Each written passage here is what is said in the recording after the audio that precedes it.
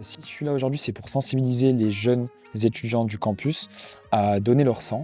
Parce que nous, aujourd'hui, on a une problématique à l'EFS, c'est vraiment de sensibiliser et fidéliser les jeunes donneurs. Nous, aujourd'hui, on met en place un challenge étudiant du 7 mars au 7 avril à la Maison du Don à Lyon Confluence à Perrache.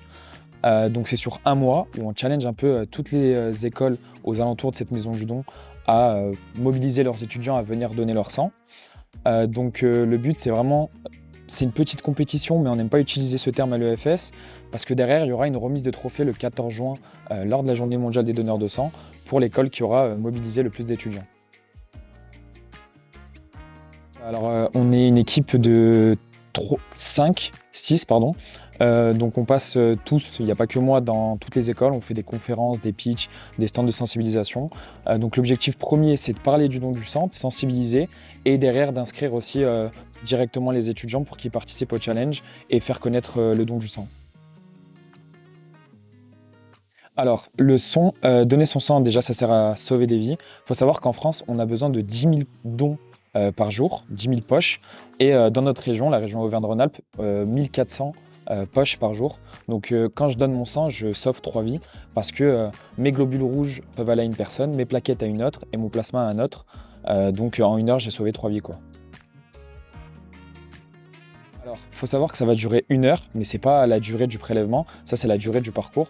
Donc il y a 4 étapes. L'étape de l'accueil et du secrétariat, on va vous enregistrer, prendre vos coordonnées. Vous allez remplir un petit questionnaire qui dure à peu près 5 minutes, il y a plein de questions d'ordre médical. Ensuite, on passe un entretien médical avec un médecin. C'est anonyme, c'est entre lui et moi. Il va me poser des questions par rapport à mes réponses. C'est lui qui décide si je suis apte à donner mon sang. Et ensuite, si il dit que je suis apte, je peux passer à l'étape du prélèvement. Il faut savoir qu'il y a 4 conditions pour donner son sang. Il faut peser au minimum 50 kg, être majeur et donc disposer d'une pièce d'identité, ne pas venir à jeun, donc bien manger, bien s'hydrater le matin. Et, euh, et il faut parler français aussi, il faut être majeur, quoi. Et donc après, à l'étape du prélèvement, on va vous prélever pendant 10 minutes l'équivalent d'une bouteille d'eau, hein. C'est pour ça qu'on vous en donne une à l'accueil qu'il faut bien boire.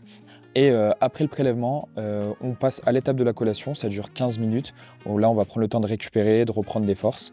Et voilà, ça a duré 1 heure.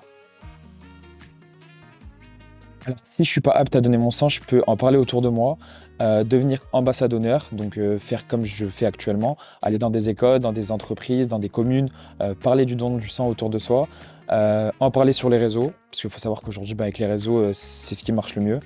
Et donc voilà.